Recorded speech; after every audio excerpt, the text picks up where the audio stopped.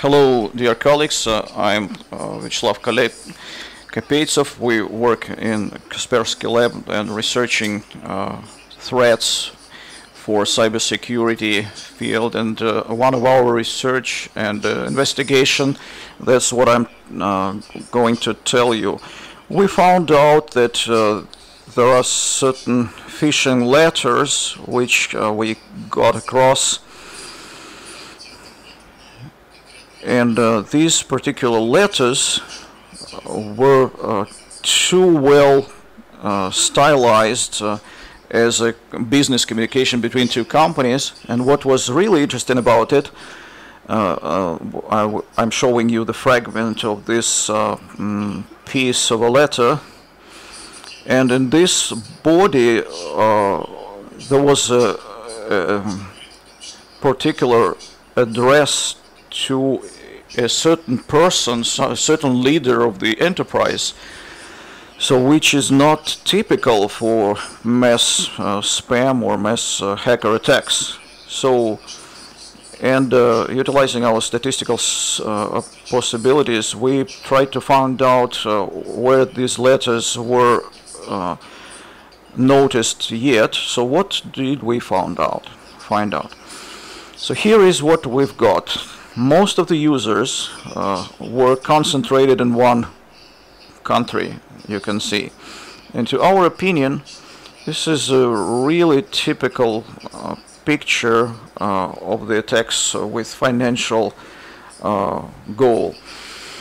Because in such type of attacks, adversaries are trying to compromise the system and get there as a resident, and after that the goal is to conduct a transaction, and it depends on their knowledge on particular banking system. So this attack was started in 2016. And what's interesting about it, that industrial companies was of great interest. About 100 big industrial companies from different spheres of industries. And these phishing letters contained attachments, which is a standard move, but they implemented social engineering. And in this, if a person clicked this attachment, the installer was initiated, and then it gave out an error. So it's a standard situation when the attachment was corrupted, and if the hackers used image or PDF document. PDF document may look like an invoice or payment receipt. So we could have checked this document. For example, it was real bank data, real bank information. So it is interesting that the real data about Mitsubishi Lancer car was used, which is pretty, yeah, probably the document was natural and real, and it made a person think that it was a real document. It was probably the adversaries got an access to corporate correspondence and really utilized the natural content, natural documents which were created. Except for legitimate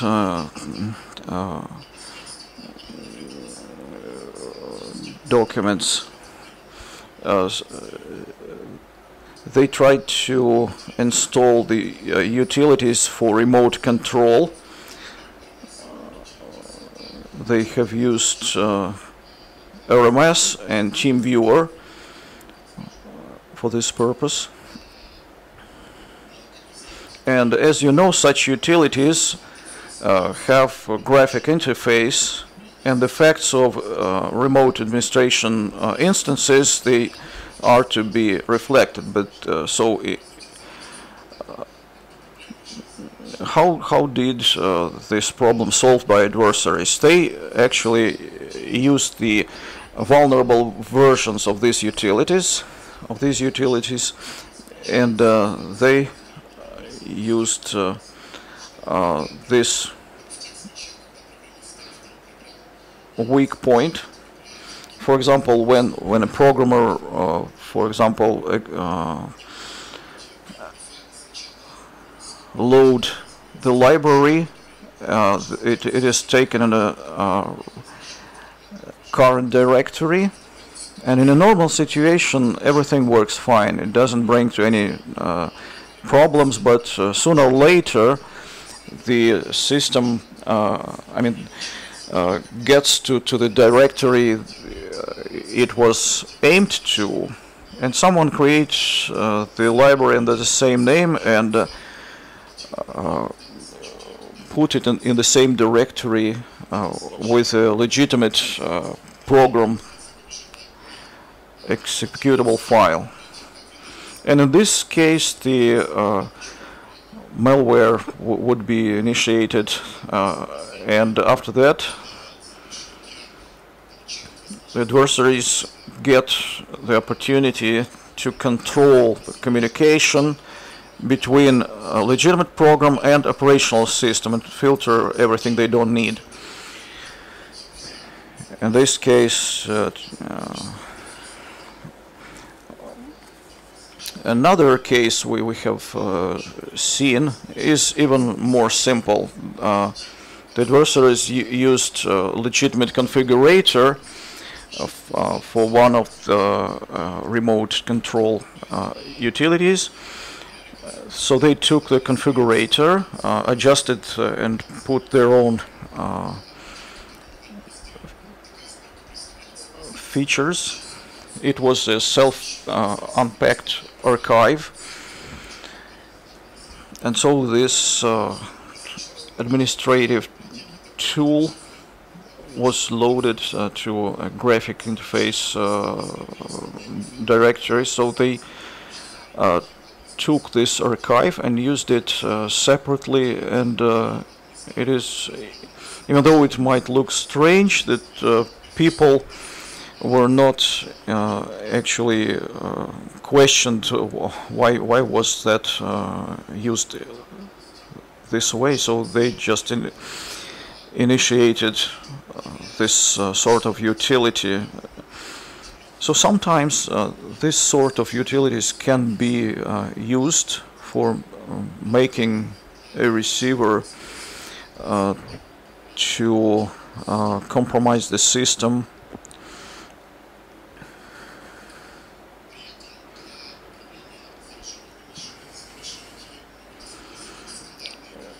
Standard clients of these utilities can also be used like RMS. They set in configuration email addresses and got the unique ID, and the configuration file was set in beforehand. With TeamViewer it was a little bit more difficult. There was no notification like in RMS, and they had to utilize the functionality of the certain module, where they had also a configuration file which they loaded to command server, which aggregated the information about the infected machines. Another interesting pivot point in our examination was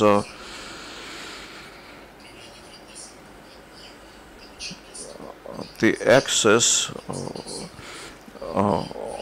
to the server of the hosting provider, and trying to see this attack as the hacker sees it.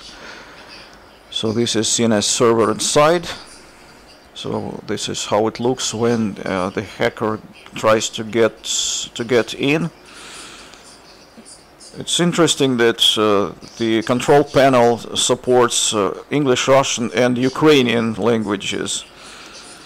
And adversaries set the Moscow time for a convenient time zone for themselves. Another interesting thing was the information about the victims of this attack. So this is how it looks for an adversary. They see the compilation of the information taken by the system, by their system, the data about even antivirus software, if there is a microphone and webcam connected to the system, and so on and so forth. And for each system, after getting this information about it, they started initial assessment of the system from the standpoint of their interest regarding the financial transaction, and so they could comment in a panel, in a control panel, where you can see it is underlined by red line, like there is 1S program, which is a financial bookkeeping program, pretty high amounts of money, and something like that. So the criminal groups can share this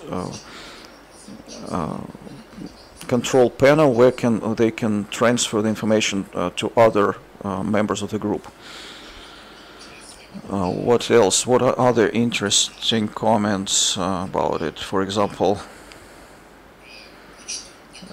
regarding the email of a certain manager, which shows that the adversaries were investigating how can they use it for getting access to financial operation.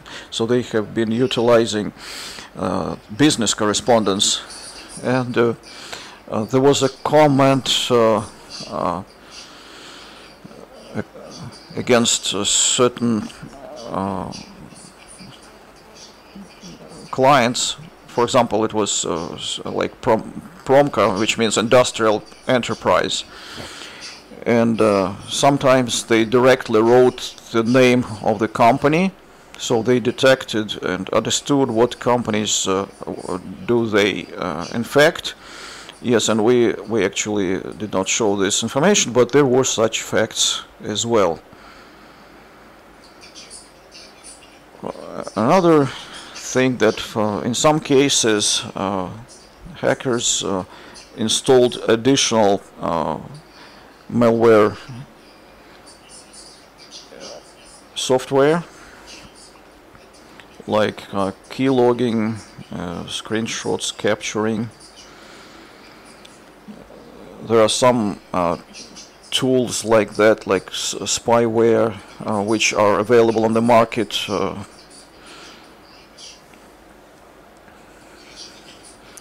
Stealing logins and passwords and so on and so forth. And in some cases they used Mimikatz utility, which is a traditional tool used in various attacks.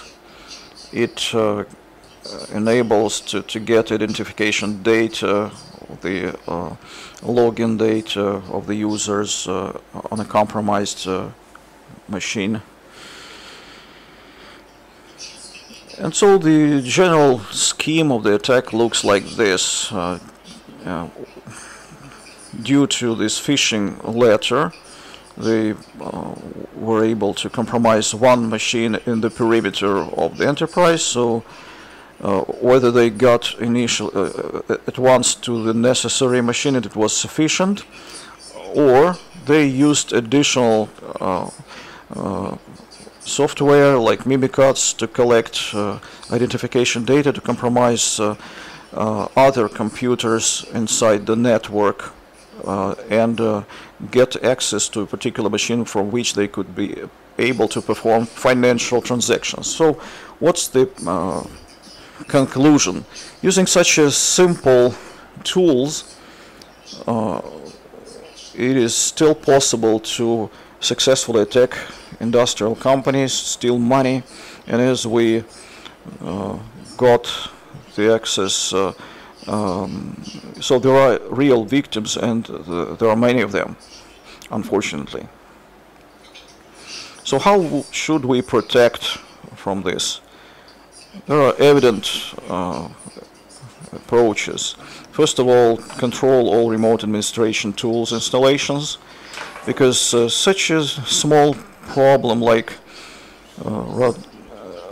TeamViewer installed inside the perimeter where there are many machines can lead to such serious consequences. So it's important to pay attention to using these utilities in this company's system and allow using them only in Second thing, all the systems must be equipped with the protective pool, with the active license, with group policies installed, and no matter how obvious this advice is, every year when we make a research, we come across the fact that there's a problem, either bad installation or something else, and it leads to infection and bad consequences. For example, the license key is not entered. That's why the protection was not updated, or the RTP password was found and the group policy off, no update, etc. So the product must be properly installed. Next advice is more technical. If can, you should switch off privileges, and it's done with the group Windows policies. What it will do? Utility cannot work without these privileges. If there are no privileges, malwares cannot use this utility. All you have to pay attention, there's a specifics of ICS. If you have a special software, it can also use these utilities. That's why you cannot simply switch off these privileges, because then you can come across inoperability for your technological process. Similar as with the updates of software, it must be prototyped and use stands to check whether it may stop the process. If you can switch it off, you better switch it off. Also, to fight against such attacks, what helps? Network traffic control, because remote administration utilities contact servers and they know the list of it. And in the examples we have servers, and they get connected to get unique system identifier. Such connections could be easily tracked. And also, no matter how nice and prepared phishing is, users can detect it. We must train users to that, and so on. So, I'm done with that. Thank you.